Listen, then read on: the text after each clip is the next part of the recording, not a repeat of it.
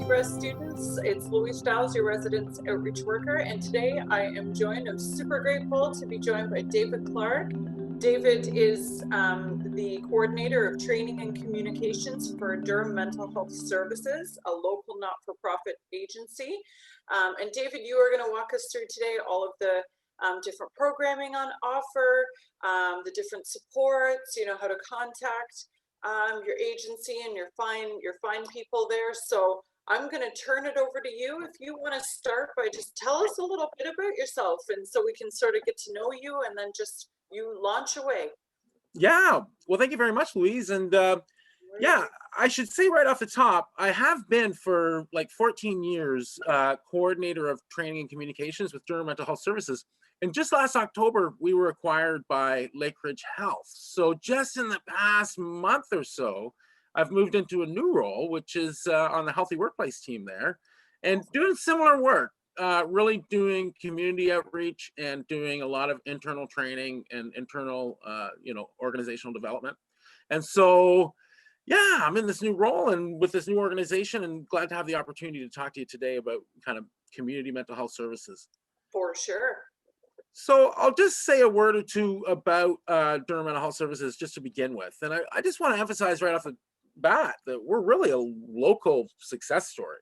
You can think about two ways in which organizations might, have roots in the local area. And the one is you could have kind of a national organization that has a certain sense about how many, services are needed in population zones and kind of set down chapters. And that's the CMHA Durham way, which is fantastic and has a lot of benefits because you're able to tap into the expertise and the resources of a national organization. It's got tremendous benefits. And you can see that with 60 Bond there, they've got visibility in the community and all kinds of things that benefit from that. Now, a different way you can do it is just kind of develop it locally. And that was how Durham Mental Health Services developed. And we've really expanded tremendously. So I'll just kind of go back a little bit, and people watching may know that Durham, Whitby is home to one of the largest psychiatric hospitals in Ontario.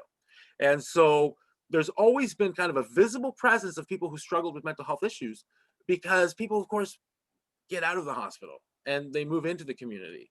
And unfortunately, at the time when DMHS started,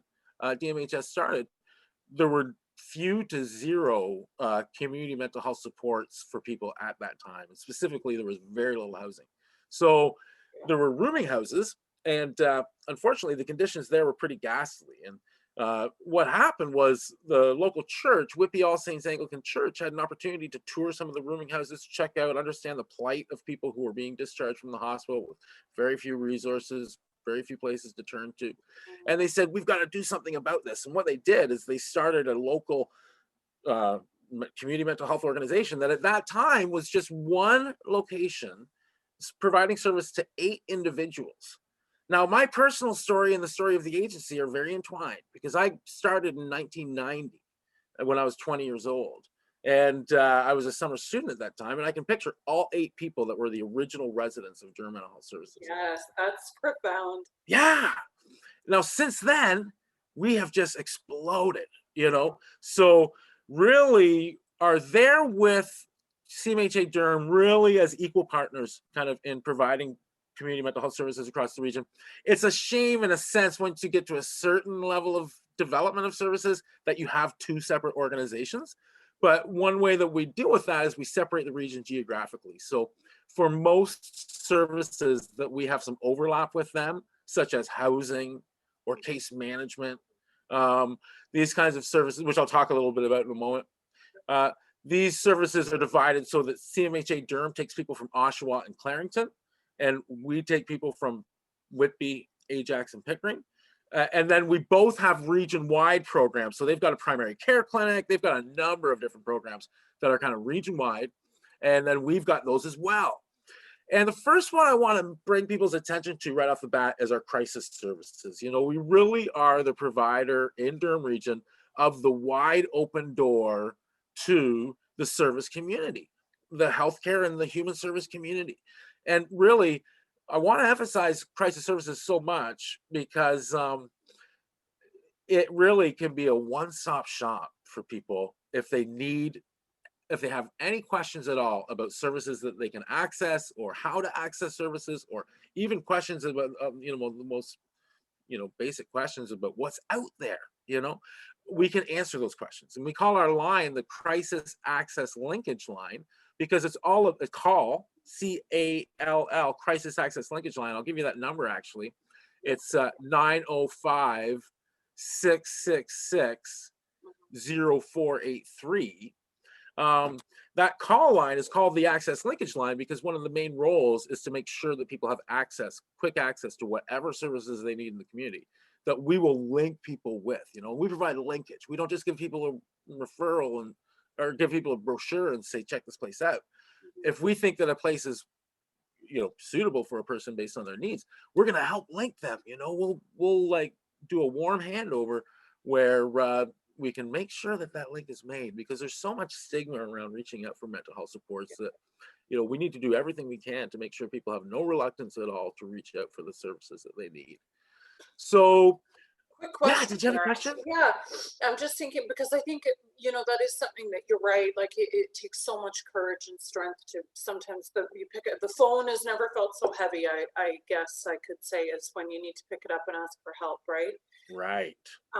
What in cases where, because it's that linkage line, but what if someone's in straight crisis and they're just thinking, I just need someone to talk to right now? Like, is that an appropriate line to call for someone?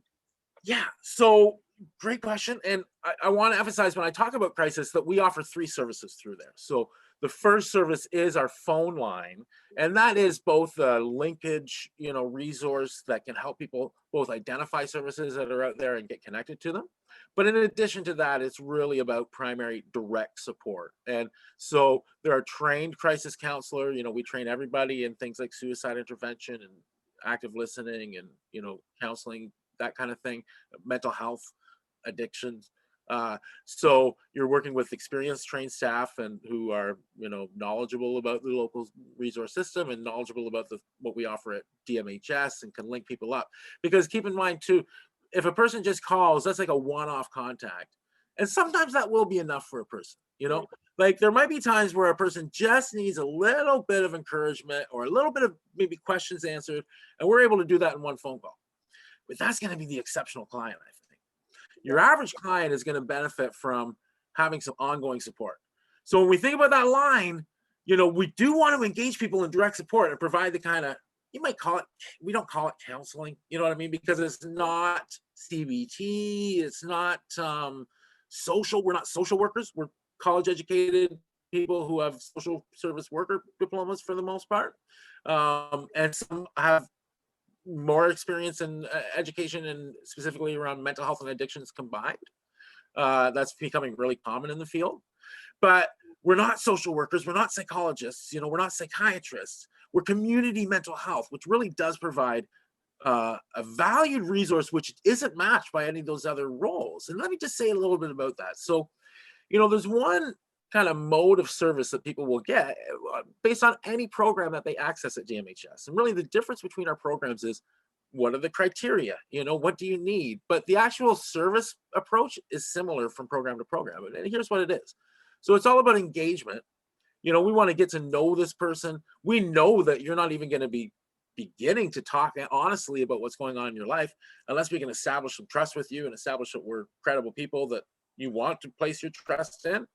So, engagement is a big part of what we do, just building relationships. And that's why this is such amazing work, by the way, because I think building relationships is one of the most satisfying things we can do as human beings. And that's all you do all day long in community mental health, So that's the first piece, is really establishing that connection and that relationship. And that begins right from the moment that the person calls up.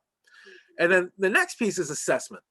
So really being able to have a conversation with the person and say, what are the things in your life right now that you want to really focus some attention on? And those could be extremely varied. We have a assessment tool that we will use with longer term clients of DMHS. We won't do this with the people just on a phone call, but if you're a longer term client, we'll fill out this assessment tool. It's got 24 different domains that can identify different areas of a person's life that might impinge on some way on their mental well-being. That's And huge. so that assessment piece really saying, hey, what are the priorities in terms of what we need to work on is next. And then it's really about prioritizing and selecting and saying, out of these options about what we could be working on, where are we going to focus our attention immediately? And that's the service planning part, right? And then from there, it's assistance, both practical and emotional. It's support, it's emotional support and encouragement, but it's also practical support as needed too. I mean, we sometimes drive people to appointments. We sometimes, help people update their resumes and, offer kind of practical assistance as well, to help them get to where they want to go. And then the final part is evaluation, which is just really both of you sitting back and saying, hey, let's look at where we've come. Did we accomplish what we wanted to accomplish when we set out? Or do we need to kind of go back to the drawing board and figure out something else, So that's the basic model. That's the case management model, right? This word case management is a terrible expression that is not used at DMHS, actually. We call our case management program community support. Right. Our boss just really hated the term case management, and so he called it community support. Very institutionalized, isn't it? Yeah, it's both institutionalized. It's really condescending, I think, case management.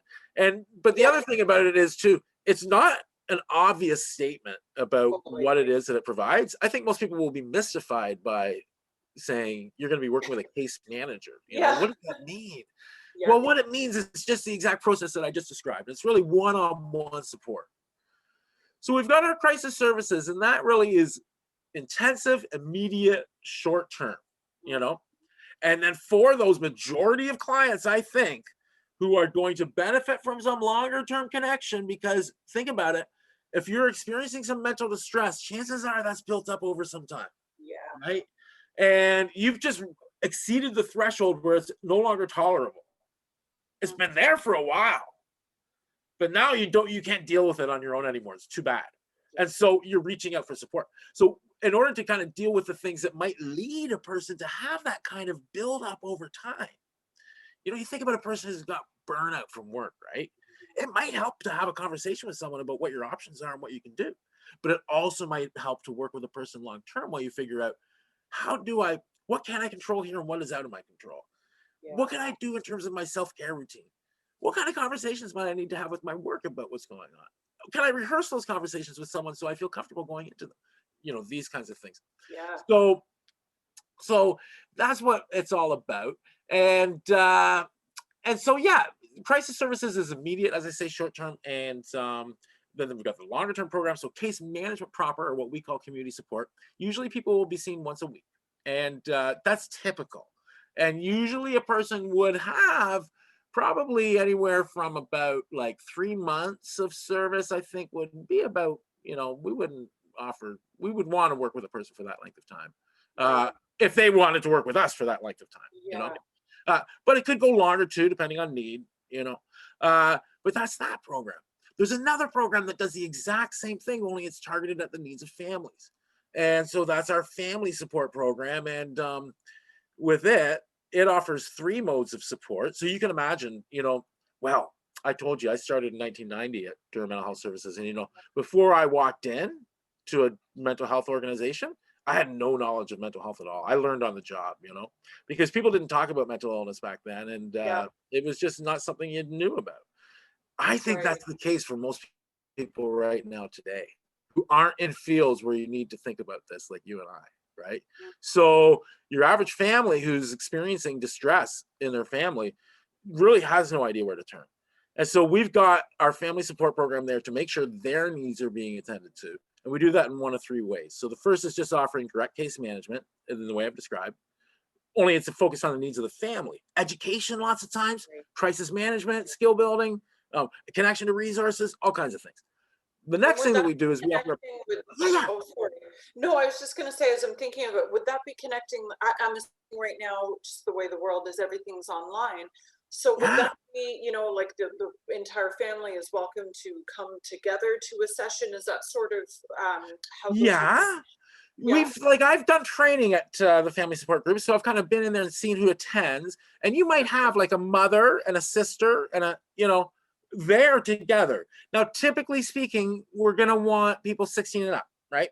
Okay. So it's really people who are going to be in a caregiving role, So it wouldn't be like family counseling where you would bring in your family and then have a conversation around it. It wouldn't be that kind of family support. Yep. But if you've got a loved one who's experiencing, chronic and debilitating issues, then you can, with their emotions and their thoughts, then you can contact our family support program. You can get connected to that case management. And then the other component is there's that peer component. So we bring people together. Now it's over Zoom, it used to be right in a room all together. And people who really have the shared experience of supporting a loved one who experiences mental health. So I think people find a lot of strength in that. They see that they're not alone. They're able to share coping strategies. They build relationships. It's very good for a number of reasons. Yeah. And then the third component of that is education, because families want to know as much as they can know about the disorder that they're dealing with, about medication, about how to manage crisis, about what to do about suicidal thoughts, Yes. about all kinds of things, right? That they want information on. So we offer once a month in coordination with Ontario Shores Center for Mental Health Sciences, the hospital, the tertiary hospital down at the lake, and then also with CMHA Durham. So it's a nice joint venture between Awesome. the local largest 3 mental health organizations coming together to serve the needs of families. I'll just mention off the, just a couple more things. We've got a lot of justice system initiatives. I don't usually emphasize them a lot when I go out and talk. And the reason why I don't is because if you're involved with the legal system and you have mental health issues and mental health issues contributed to the reason why you're involved with the legal system, we're going to find you. We're right there in the courts, and we work with every single defense attorney down there, every single Crown attorney. We've got relationships built up over years and years, and they know if they have a client that is, experiencing problems that led to criminal involvement that can be addressed more appropriately through the health and human service sector than through the criminal justice, throw them in jail sector, put them on, probation, then that's what they'll do for nonviolent offenses, low risk offenses. Okay. So that is court diversion. And as well, they do that access linkage role too. A lot of our roles, a lot of our work is really as brokers in a sense. People come to us and we're able to direct them to the services that they need, because mental health is so many things. It could be, I need anger management from John Howard Society, and I'm a mother of a young child, so I want to connect with Rosa Durham. And you know what I mean? Like, it could be 100 different things that there's community agencies out there to help with. Yes. What else in terms of our programs would I really mention? I mean, I said I got my start in supportive housing. Supportive housing is still a huge part of what we do. Again, I don't really emphasize it because if you're a person that is in need of intensive supportive housing, chances are you're in contact with the hospital, with Ontario Shores, which is who we primarily deal with in order to get people into our housing program. So, like, for example, we've got dedicated beds for complex care clients that come from Ontario Shores. That means people who should be in the community, but just maybe have more complex needs than a home for special care, for example, would be able to help them with, or a long-term care home, well, sorry, not a long-term care home. Long-term care home could certainly meet their needs, but they shouldn't be there really. They should be in the community. So we have these complex care beds for those kind of in between two stools clients. And then we also have forensics beds. So forensics is a big part of what Ontario Shores does, and we want to make sure that we're helping. It works for everybody in the community to ensure a healthy, supported transition back to community life for people who have been incarcerated.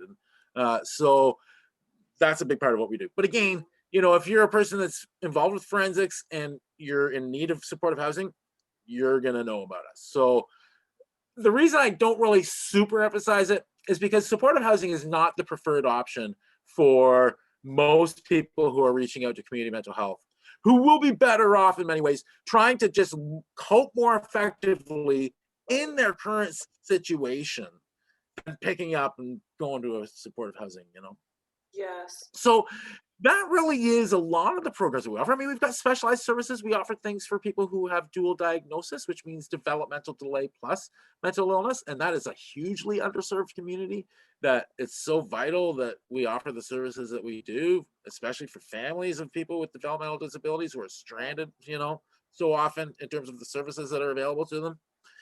So that's a real lifeline for those in need. And we've got youth focus, Indigenous focus. What else? We've a huge part of what we do is peer support. Let me just say a little bit about this, and then I'll just take any questions that you might have. Yeah. So peer support peer support is people with lived experience helping people with lived experience. So in other words, it's a person who says when they go to the job interview, I have experienced mental illness and have my own recovery story to share, you know? By the way, is that everybody who has a mental illness that works in mental health? By no means. You know, you'll find lots of people who have mental illnesses, who have lived experience of mental health problems, who are just in regular roles, right? Yeah. But you've got these people, but they don't tell people, you know, they're hidden, right? Because you don't go around telling people that you have had serious chronic mental health problems in your workplace. You just don't. So here you've got people who say, hey, a huge part of my ability to be a resource to you is the fact that I've walked the walk, you know? I know what stigma is. I know what it's like to be totally discouraged. All these kinds of things, you know, where you're able really to build, I think, a relationship with them on that basis that can be very empathic and very helpful and help people. The most important thing you can do as a helper is light a fire under people, help them recognize their own strengths, help them get a sense of where they want to go and get the confidence to start taking steps in that direction, and point out to them the resources that they can use along the way. You know, I mean, it's going to come from the person themselves, right? So to have recovery is largely, so to have a person in your corner who can say, I've been there, I've done that, I've lived what you've lived. Yeah. Look at me, you know, I'm doing great, whatever. You really can build a solid bond. So peer support is a huge part of what we do. We have one of the largest peer support programs in Ontario. We were late to the game with peer support. And then our CEO, Rob Adams, just embraced it hugely. And now we have like 13, I think, peer support workers, which is a vast program that dwarfs almost anything that's out there in terms of peer support. Awesome. Yeah. Yeah. So that really is our service complement, you know. And let me just kind of reiterate very, very quickly. We think about our services in two buckets. We've got immediate, short-term, and we've got not so immediate, longer-term services. The basic model for our immediate short-term services is the crisis services. I didn't actually fully mention, we've got 3 modes of support. We've got phone support, we've got mobile support, so we can go out and meet people in the community, you know, driving around. Don't have sirens or anything. It's just, you know what I mean? It just doesn't look like anything when your neighbors are there and we drive up. Yeah. And then we also have bed support, which is we have intensive 24-hour around the clock support at one of our 3 locations, Oshawa, Ajax, and Whitby, for people who could use some time out from their place, who could use some intensive support, kind of figuring out where they're going to go, who might need to take some time to kind of put things in place a little bit and benefit from the supportive environment that a crisis beds can provide. So those are the 3 modes of support that we offer through crisis. So those are our immediate services. The way to connect with that is that call number 905-666-0483. And I'm thinking, I believe the long distance number is 1-800-742-1890. So those are how you connect with them. And then you've got our longer term programs. The basic model there is case management. And the way you connect with that, or our family program, is to call that first number, and they can, you know, let you know all about what's available, and they can get you in the door, you know. So yeah, that's really our services. That's awesome. I mean, it's phenomenal, like you say, that, you know, to come from where it's started to now. Like, I mean, the peer support piece, I think, stands out a lot because mental health can be lonely, right? Like, I mean, to suffer alone, I mean, to suffering loves to isolate, right? Like it's how it keeps you. And then, you know, to build community is where, you know, we stay sick in our secrets, right? And so our programs are all about connection. That is what our programs are all about, you know. When people are feeling supported and connected, people can do amazing things, right? It's as you say, Louise, when people get isolated and discouraged and start to tell themselves there's nothing out there for them, or there's no opportunity to improve things, or, you know, that's when things, you know, it's hard to improve that. But as long as we can connect people and link them to services, then yeah, the sky's the limit, really. I mean, one of the things I really want to say is mental health issues are totally treatable. I mean, your average person who experiences, so let's look at a very debilitating illness like schizophrenia. Yeah. You know, the difference between people who do all right with schizophrenia and people who don't do all right with schizophrenia is primarily, do I take meds or not? Yeah. Because if you're taking meds for schizophrenia, even for a terribly debilitating condition like schizophrenia, you're going to experience some relief. You know, for a lot of people, their symptoms might remit altogether, more or less. You know, Yeah. sometimes it's easier to get rid of the hallucinations and the delusions and the disordered thinking than it is sometimes the weaker motivation or weaker sense of connection to other people. These things can sometimes be harder to treat, but you can get a lot of relief if you get treatment. It's the same way with depression. You know, there are some people who may not respond to SSRIs, the most common form of treatment for depression, just type of pill. But for them, there's all kinds of other options as well. There's community treatment options, and there's reorganizing your life, and there's learning new skills, and all kinds of different things. Like relaxation skills, for example, can be very useful for a person with depression. You know, mindfulness can be very useful. So there's all kinds of options for people. You know, the most important thing is to reach out for support. So I really want to say too that if we're concerned about someone in our life, then what we should do really is we should recognize, first of all, that they're not going to want to talk about it. And if we don't decide that it's a conversation that needs to happen, it's not a conversation that will happen. Chances are, you know, like we can imagine a person could go along and people could say, is everything okay with so-and-so? And they could say this to each other without anyone ever actually going up to so-and-so and saying, hey, you look like you need some help, you know? And so we need to give ourselves permission to open up those dialogues and not consider it intrusive.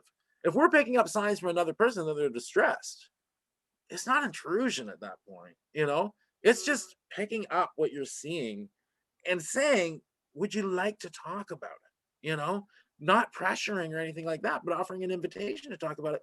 Most people are going to take you up on that invitation, right? Because chances are they've had very few people to talk about it with. And then once we are listening to them, and we just need to be all ears, right? Like we want to tune in to them. We want to give them our full attention. We want to be kind of square to them. We want to use a lot of eye contact. We want to look comfortable. And we want them to dominate the conversation so that our role is mostly, you know, our role is mostly encouragers to keep the conversation flowing, but it's also questions to get them to expand on different aspects of their experience, you know, that are relevant to what they're talking about. So we show that we're paying attention and restating what we hear. So okay, let's stop for a second. What I'm hearing you say is you've had this going on, and you're not sure about, you know, whatever, right? You just summarize that conversation, give it back to them, let them know that you're hearing what they're saying, and normalize their experience, you know? So let them know it's perfectly natural if you're in overwhelming situations to sometimes have trouble coping. And, you know, it's perfectly natural to have times in your life where you might need some support. I mean, think about it. How many times have we accessed a walk-in clinic for some physical health problem that we've encountered or another? The average person has probably been to a walk-in clinic 10 times. You know? How many times has the average person picked up the line to a crisis service? I'm sure many say none, right? Zero. You know, 0 is the average. So, you know, I really think that if there was no stigma at all about reaching out for support, how many times in your life have you had a moment where you could have used someone to talk to, right? And if we really felt confident that the services were valuable and could offer support, which they can, and which you can see the evaluations that we get from people that use our services that say, I would recommend them to a friend. I felt respected. I felt heard. I would do it again, you know? So yeah, you see people benefiting from it. And if people knew that the services were out there, the services were effective, and there's no shame at all in reaching out to them. That's right. I mean, for all the growth we've had, we would be 10 times as large. Because our whole community is concerned with mental health. It's not a concern for a small number of people. Like I thought it was when I started at Durham Health Services 30 years ago. And it was all people who experienced the most debilitating mental illness, I believe, which is schizophrenia. And it seemed like something that was very out of the ordinary person's experience. Well, I know much better now, you know, Maybe schizophrenia, which affects one person in 100, is not an everyday thing that every family is going to encounter. But I think it's a rare family that's going to escape mental health problems altogether. You know, Absolutely. at some point over the growth of that family and the life of that family, with kids who grow older and have their Yeah. own issues, like life is tough. So life is tough for everybody, so we're so glad to have these services here that people can reach out to. And I think one of the real wonderful things is just having that crisis services, which is a wide open door, as I say, for anybody to walk into. You don't need to have a doctor's appointment. You don't even need to be in crisis to contact our crisis services. It's a terrible name in a way. It makes people Yeah. think that they have to have the ceiling falling down around their shoulders before they Yeah. call. Yeah, right. It's not the case. The earlier you call, the better. You can do Yes. more the earlier you intervene. So we want to really make sure people are aware of our services and feel comfortable reaching out to them, and know that they're going to get a valued service. And what happens, David, like if, let's say there's a case of someone that you're working with who, perhaps you guys on your end suspect there's a potential need for a doctor's examination. There could be a diagnosis that's been, underlying and missed. I mean, is it about softly encouraging someone, but still continuing to work with them if that's not kind of, because it's such a journey, right, for people to make those steps, and sometimes Well, it's not that's a confident. really good question. Yeah, I mean, there's really two types of people, right, that we're going to encounter at Durham Mental Health Services. The vast majority of people that we would encounter who would walk in our doors are going to be people who have capacity. That is to say that they're able to decide for themselves whether or not a health service is going to be useful, Right. and whether or not they want to engage in that health service. So with that client, you need to take a persuasive approach. You need to take an influencing approach. You need to normalize things. You need to combat stigma. You need to help this person see what's in it for me. Why would I even think about calling crisis services? Like, what's in it for me, really? I'm going to feel like a weirdo? Like, let's get real. Yeah. It's highly stigmatized to reach out to a helping service. So we want to make sure people recognize it's, totally normal, right? But yeah, okay. So that's one type of client you're working with, who you're going to use this persuasive approach with, and really just try to have them see that it's in their best interest to make that call, but also not be pressuring, because there are many avenues to health. People may decide they don't want to avail themselves of the psychiatric system, and that's okay, because there may be other options available to them. I think with some things you really do have to see a psychiatrist. Schizophrenia is one of those. I don't Yeah. think you can do a lot, with On your CBT own. or on your own without medication, but that's a rare condition, and that's specific to schizophrenia. Bipolar disorder is the other thing. If you're susceptible to mania, chances are you're going to be on a mood stabilizer like lithium or that kind of thing. Yeah, that's right. But by and large, aside from those very specific illnesses, there's lots of ways to recovery. So now the other type of person that we might encounter is a person that lacks capacity. This is so often the case when you have a person that's in psychiatric crisis, like with bipolar disorder, a manic episode where they've become psychotic maybe, or a person who's having an episode of psychosis who experiences schizophrenia. At this point, you may not be able to say, so what are the two things that determine capacity? Can I understand what it is that's being offered to me? Hospitalization, for example. And can I reasonably assess the good and the bad of deciding to go versus not to go? Right? Like, can I make an intelligent decision, an informed decision, I should say, based on rational consideration of what's likely to happen if I choose one or the other? So if you don't have that capacity, at that point, people can choose for you. Now, this is a very restricted right in our society, and it's very protected, and it's guarded, and you have to go to a justice of the peace. You have to get a form filled out. You have to have the person served with that form. They're evaluated by a psychiatrist who may decide to put them in the hospital or may decide not to. We only initiate this process where it seems really obvious. Well, where is the only time it could ethically be appropriate, where there's going to be serious harm to someone unless this happens, to either the person who's got the illness or to someone else. Yeah. So those are really difficult situations, but because there's so few options. I mean, Mm-hmm. the person really needs hospitalization at that point. There aren't 100 ways to recovery for the person at that point, and so often might not be the insight, that the hospital is what's needed. But by and large, we use that persuasive approach for sure. That's pretty cool. And then, I mean, it sounds like you're meeting people where they're at, and it's about, like you said, build relationships, safety, respect, to be seen, heard, and understood. I had a question surrounding like sort of for two sides of it. For the peer support, one maybe from an aspect of, we've got a ton of social service worker students in house living in res. They might be interested to learn about, like, is that something that, a student's looking for placement? Is that sort of a goal? And then the other side being, can individuals choose who they want to be matched with, or is there a matching process? Let's say I come in and I identify as, having maybe obsessive compulsive disorder, and I want a peer that shares that experience. Like, is that like a little bit more about that peer support? I think our students would be into that for sure. Yeah. So we don't pay community support workers or case managers. They're basically assigned. Yeah. But we've got competent staff, right across the board.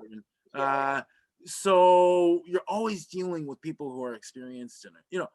Now, whether or not it's a perfect fit in terms of personalities and that kind of thing, who knows? Yeah. Worst comes to worst, it can become an issue of discussion between the two people, and maybe there's a new referral to a new worker, possibly. I think most of the time, our workers are flexible enough and compassionate enough and empathic enough to build relationships pretty much right across the board. What was the other thing I was going to answer? Just from the first one was like from a student standpoint. Right. Is there any opportunity for, since we do have the social service worker program, are there volunteer opportunities? We offer many placements. So this is pre and post COVID. I think our student placement program, unfortunately, is shut right now. Because there's very little you can do in terms of placement hours, 40 hours a week. Sometimes students have to fill over Zoom. It's going to be really tough.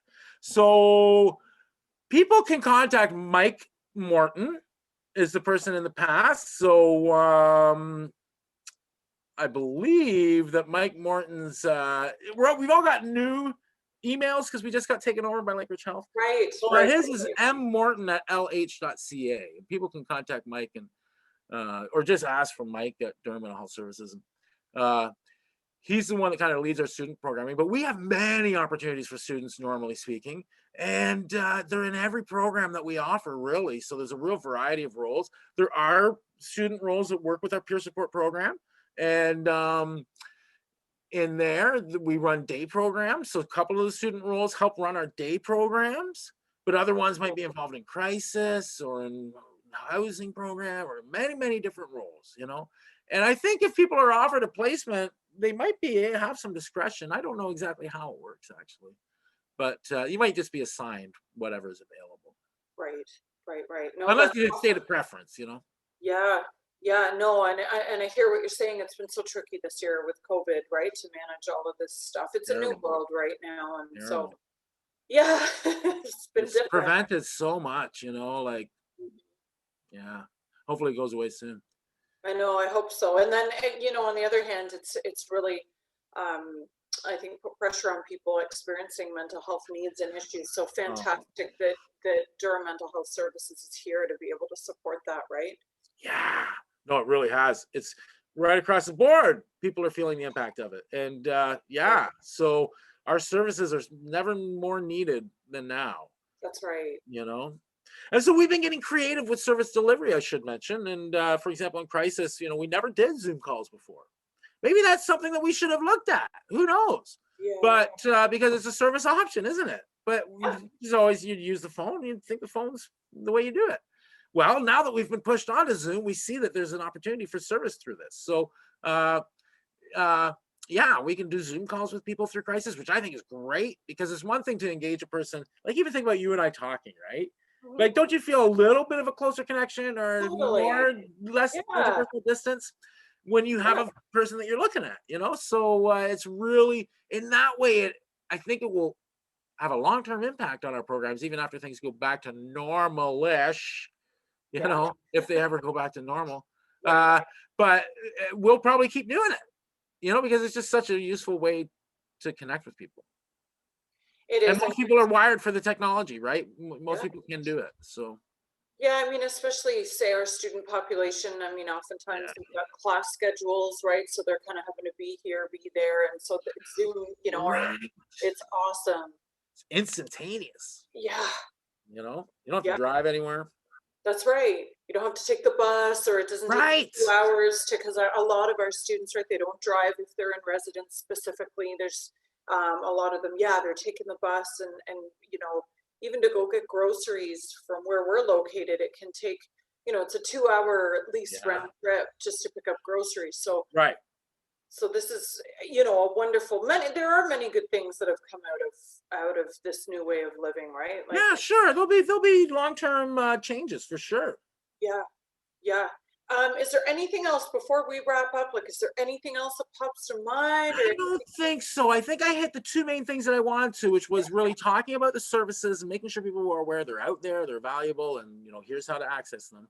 And then the other thing is just in terms of saying, hey, if I know someone who's concerned, how can I link them up? So I'm glad we had an opportunity to talk about these kinds of things, and thank you for this forum. It's great. no, anytime? And you know what? If you think of anything else, or you want to come back, or Yeah. I'm always open to that, because Well, it's good information. yeah, and let me say too, Louise, Yeah. if anyone wants to contact me for any reason, Yeah. I'll just direct you to the appropriate person, or I can give you information firsthand. My email is DACLARKE. So it's like Da Clarke, right? Yeah. At lh.ca, at lh.ca. DA Clarke with an E at lh.ca. That's So by awesome. all means, don't hesitate to contact me if you want to learn more about our peer support program. You want to get in touch with, we've got RAP training.